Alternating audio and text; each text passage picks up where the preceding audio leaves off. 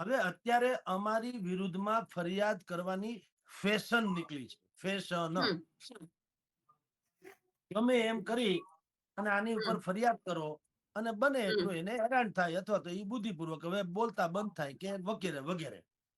એટલે જે હેડલાઇન ના અહીંના રાજકોટના જે ઓનર કહેવાય છે, રજીસ્ટરમાં જેનું નામ લખાયું છે ઈ કોઈ ભાઈ જેને અમે તો જોયા નથી ને ક્યારે મળ્યા નથી, એને એમ કહેવાય છે કે એને ફરિયાદ કરી કે આ અમારો લોગો જે બેયના સરખા છે, ઈ લોગાના ડખામાં ગિરીશભાઈ, જગદીશભાઈ અને મને તો એવું જાણવા મળ્યું છે, જોકે હજી મેં જોઈ નથી FRI ની નકલ, પણ મને રાતના 12:30 વાગે હું છાપું કાઢીને ઘરે આવ્યો ત્યારે સમાચાર મળ્યા કે આ ટાઈપની ફરિયાદ થઈ છે. એટલે ફરિયાદમાં બીજા કોકના પણ નામ છે, અમારા બેના તો છે, બીજા કોઈના નામ છે, એવી તો જોઈએ ત્યારે ખબર પડે કોના શું છે.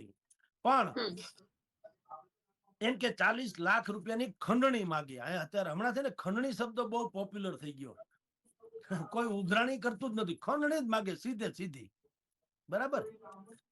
હવે ઈ બહુ ટેકનિકલ શબ્દ છે. એટલે ખંડણી હોય ને એટલે શું થાય કે તમારે સીધું કા હાઈકોર્ટમાં જવું પડે, કા લગભગ તમને ઠાહી દે બુદ્ધિપૂર્વક નો ખેલ, તો ખંડણી માગે.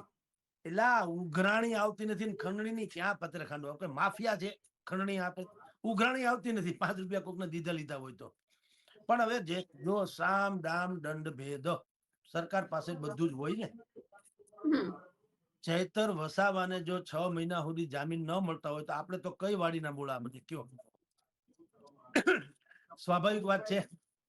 અને જેની પાસે બધી જ વ્યવસ્થા હોય, સરકારી તામઝામ હોય, તમે જુઓ કોઈ નૈતિકતા નામની ચીજ ખરી. ધારો કે જે અત્યારે FIR કરી છે, તો જેને તપાસ સોંપી છે, જો નૈતિકતાની વાત કરું હું તો, બાકી તો એ બિચારા સરકારી મુલાજીમ છે, એટલે જે કરવું ઘટે એ કરશે એની રીતે.